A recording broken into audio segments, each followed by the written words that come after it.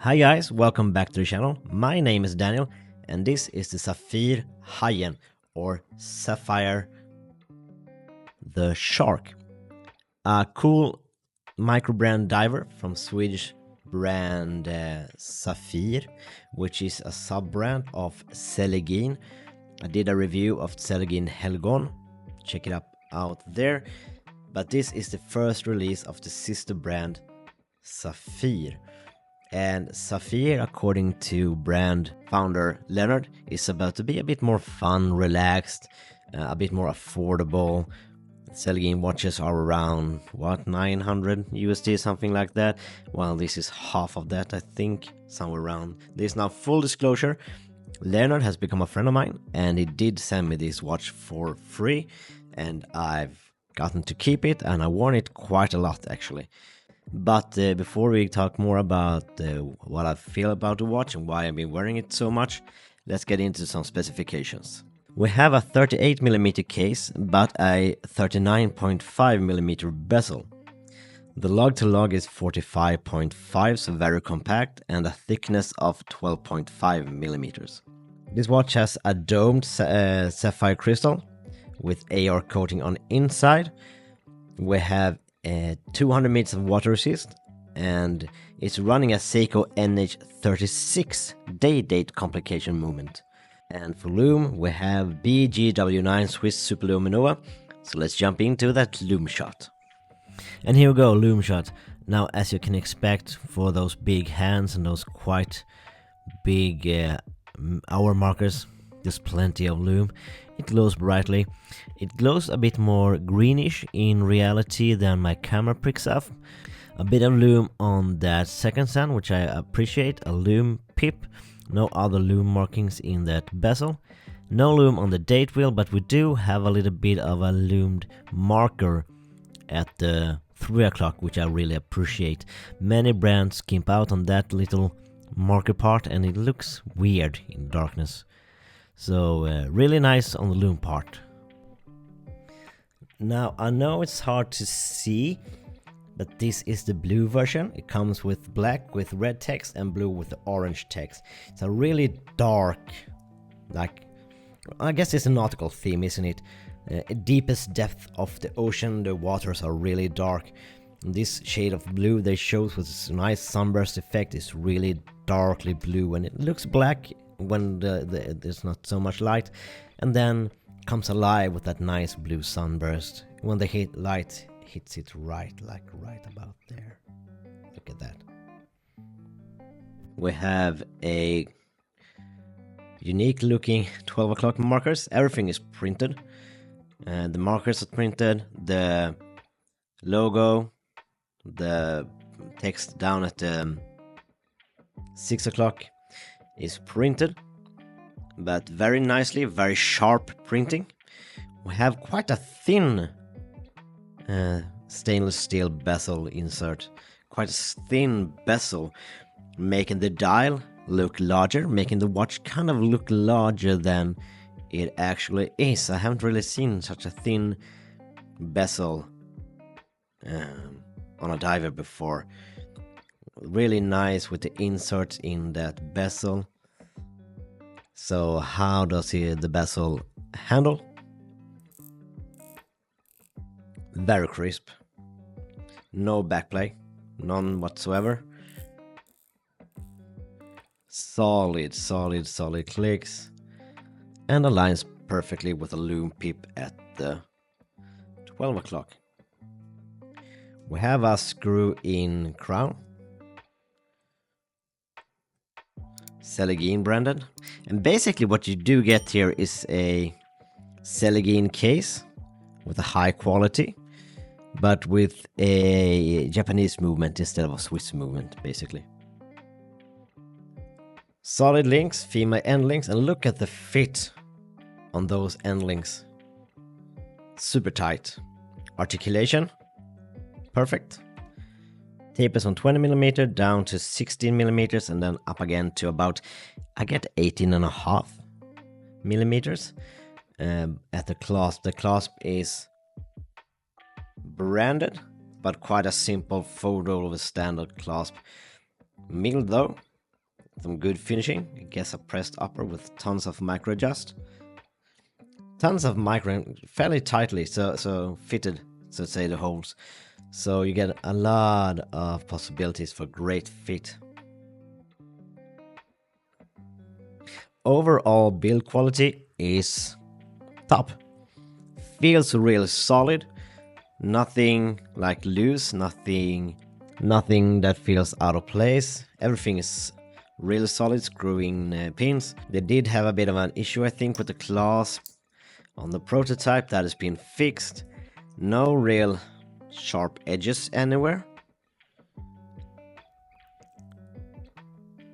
And we have a really nice, kind of a square looking case.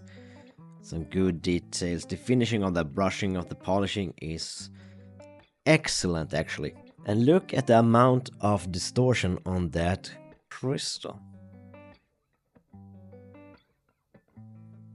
It looks like a thick crystal, doesn't it? Really cool.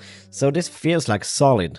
Like I said in the prototype review, feels like the kind of watch you trust, that you can wear out and about. You don't fear about banging it anywhere. It feels like it's gonna hold up no matter what you do to it. And that's one of the reasons I've been wearing it very much. Another reason is that, well, my eyesight is a bit bad. And this watch is legibility king, right? Look at the size of those hands that hour and minutes had.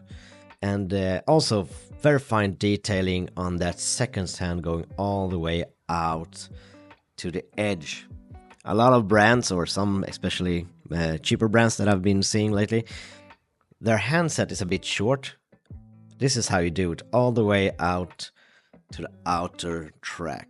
Just like with my Van Banner, it kind of looks like there is a chapter ring, but I don't think there is. But this distortion on the crystal makes it almost look like one, so an nice optical illusion. And when moving the handset around, now this is a thing that I look for in watches. See how that our hand, minute hand is just slightly shorter than the seconds hand?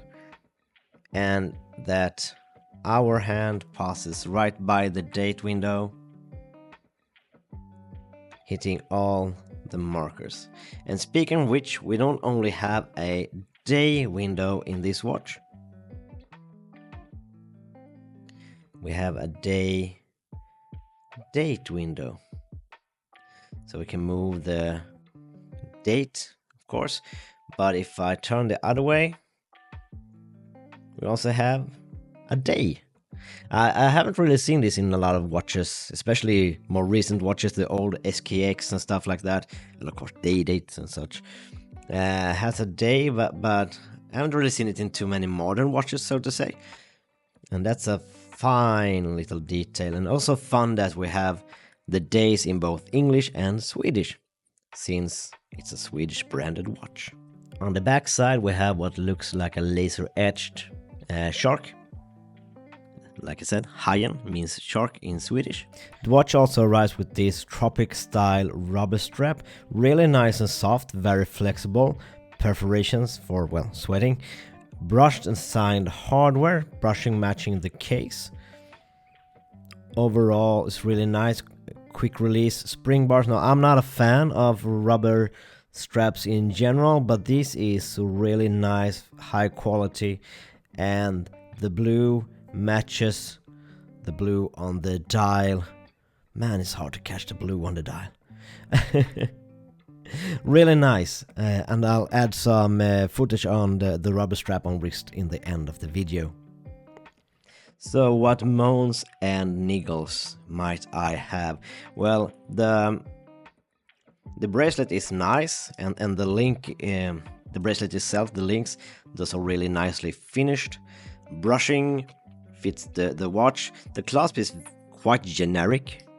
It's just a regular diver's clasp, no diver's extension, no on-the-fly micro adjust, no quick release spring bars.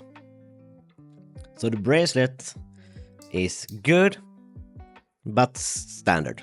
And another small moan that you can feel every now and then, it's not the biggest issue unless you have maybe very big hands. Like The bezel protrudes a bit. Like, remember, 38mm case, 39.5mm bezel, and the crown is quite, doesn't stick out so much, which is great because it's really comfortable. But the bezel and the crown together, it kind of makes it a bit fiddly to operate the crown. Is it an issue? No. Can you wind it perfectly fine? Yes. Does it bite back in beautifully? Yes. But just a minor. I would have preferred the crown to be a bit more substantial. What's the size of the crown? I know some people like knowing that. About a 6.5mm crown.